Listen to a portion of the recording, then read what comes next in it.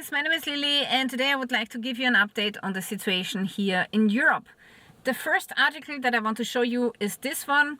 It's about the European Union wanting households to cut peak time energy use as demand from industry and AI soars. The European Commission wants households to use less energy at peak times to reduce bills and take pressure off the grid, in preparation for an explosion of power demand from artificial intelligence data centers and electrification of the economy. One EU executive said that they want to roll out an AI-powered smart meter, which gives consumers greater control over their use of electricity, allowing them to shift consumption to cheaper hours and lower their bills. The hope is this will prompt households to cut their electricity use at evening hours when demand is highest, keeping prices lower and leaving more power available for the industry.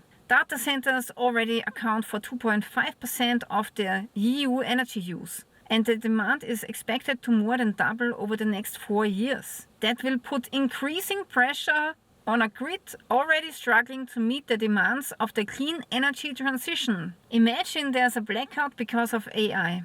That would be something, right? Energy Commissioner presented the rollout of smart meters as one of the positive impacts of AI.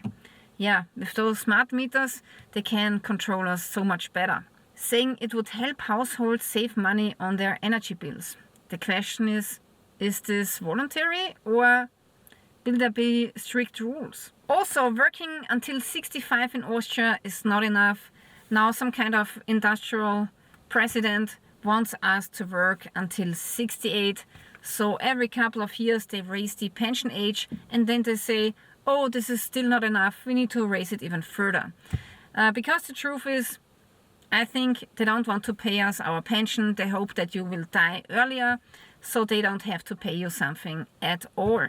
So yeah, we have a huge problem in Europe. We have a lot of older people, but only a few young people who are paying taxes for those older people. And then our politicians have nothing better to do than spending our tax money on expenses like war or other luxury projects.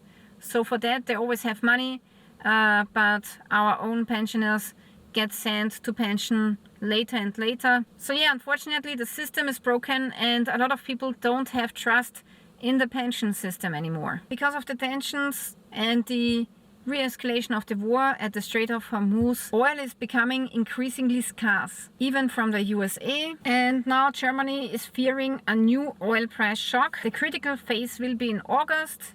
Industry in Germany anticipates increasing burdens due to higher energy and raw material prices. Experts warn of another oil shock. Companies are facing new challenges. Experts predict that the prices will remain high and rise even further. Transportations are also of particular concern for businesses. The oil inventories are currently falling by several million barrels a day, so it doesn't really look good at all. If you want to support my channel, the best way to do so is to buy a Odenwolf knife.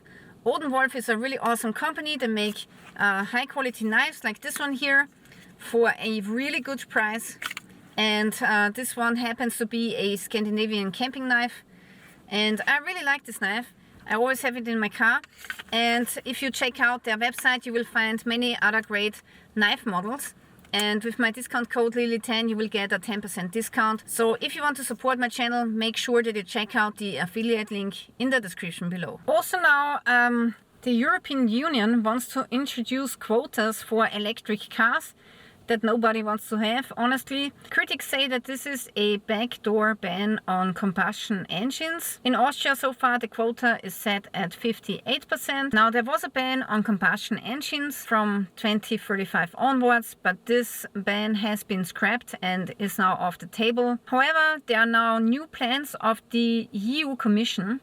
They now want to mandate fixed quotas for electric vehicles in newly registered company cars. Also, there are new regulations in Austria. 58% of all new company cars must be emission-free. So now everybody gets forced to purchase electric cars. So with all of those mandates and tax reliefs on electric cars, the market is getting completely disturbed.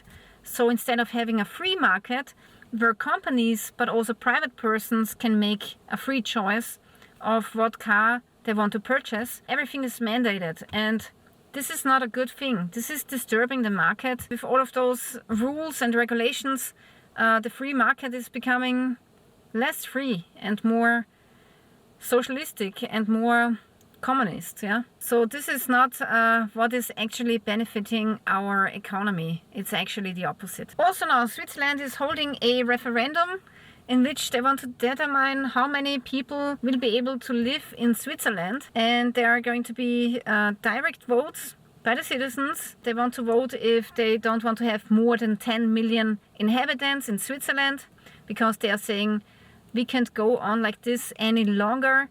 We are a small country. So in a couple of weeks they will have a vote if they want to let in more migrants or not. And Switzerland is honestly the only country in this world who really has a direct democracy, which is the only real democracy in my opinion. They can actually vote on important decisions that politicians are making. In many other countries like Austria, we get to vote a party once and then the politicians are doing what they want. Even if they don't keep their promises, everything is forgotten after the election. Also now the left party in Germany is demanding voting rights for all foreigners who have lived in Germany for at least 5 years. So even if they don't have citizenship yet, the left wants those people to vote. Yeah, it's pretty clear they want to have more voters that are voting for their left party. So yeah, I find this very concerning because this is very undemocratic. But some parties, they are doing everything to stay in power, even if it means that they will try to bypass democracy. Yeah, then also I would like to report on the Austrian healthcare system, which is declining with every year. Now in Austria, we once had the best doctors, the best surgeons, very good healthcare system, which was very costly, but it was working perfectly. And a lot of Austrians said, hey, I'm paying so much for healthcare, but it's worth it because it's the best healthcare system in the world. But now our healthcare system really starts to suck. In this case, there was a 17-year-old girl and she had a appendicitis which ruptured because probably doctors discovered the illness too late, and then she died because of a sepsis which was causing a multiple organ failure. And she presented earlier already with the symptoms, so now there's an investigation going on if those 3 doctors who were present at that day could have done something to save her life. So this is the current state in Austria, where doctors cannot even diagnose a simple appendicitis anymore. A really sad case. Makes me really angry because it's actually quite easy to diagnose, right? We just need ultrasound for this. Also in Austria, there was a cancer error again. This happened a couple of times now. A woman went into the hospital. She had a cyst underneath the jaw, and they misdiagnosed her with this cyst being cancer.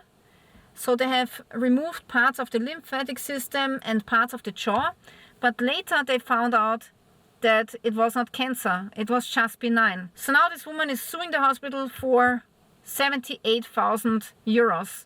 That's her demands, but she will probably get much less. So this is Austria, where you don't get millions and millions in such a case. In America, you would get how many millions? So this is crazy. In my opinion, a lot of young doctors are making mistakes in the hospitals. It's also not always their fault, because first they're learning, and second, very often a senior doctor is missing who are overlooking the young doctors, okay? So sometimes the young doctors, they are making procedures that they shouldn't do, because they haven't enough of experience yet. And sometimes the hospitals are actually saving on doctors. And this is now becoming a thing. So in one hospital In the south of Austria, they now want to save 120 doctors. This is a massive austerity package, which of course will endanger patients. And we already don't have enough of doctors. So now they want to save on more doctors, which is crazy. This is absolutely crazy, guys. Also, there's another hospital in Vienna, the General Hospital of Vienna, which is one of the 20 best hospitals in the world. They want to save on 150 doctors. So who should do the work then if people are sick? This is so dangerous that it will kill people. This is really dangerous austerity measures. Here there's another case of a young boy. He cannot breathe properly, but he has to wait for surgery for 1.5 years. So now the parents said, okay, we are paying for a private surgery. So now on top of paying taxes for your healthcare system, which is mandatory, you also have to pay privately if you have an emergency case. And also this is not the fault of doctors, this is the fault of politicians, yeah? Alright guys, so this is the situation in Europe and it really starts to suck and it really sucks what politicians are doing to us. I do hope that the war somehow stops in the Ukraine because this is really draining our tax money and it's only causing death and destruction. It's misplacing so many people. It seems as if our lives are worth nothing. Only money counts. Money, money, money and power. So this is the world that we are living in, unfortunately. So yeah guys, this is it for today. Thank you for watching. Stay healthy, stay safe and stay tuned till next time.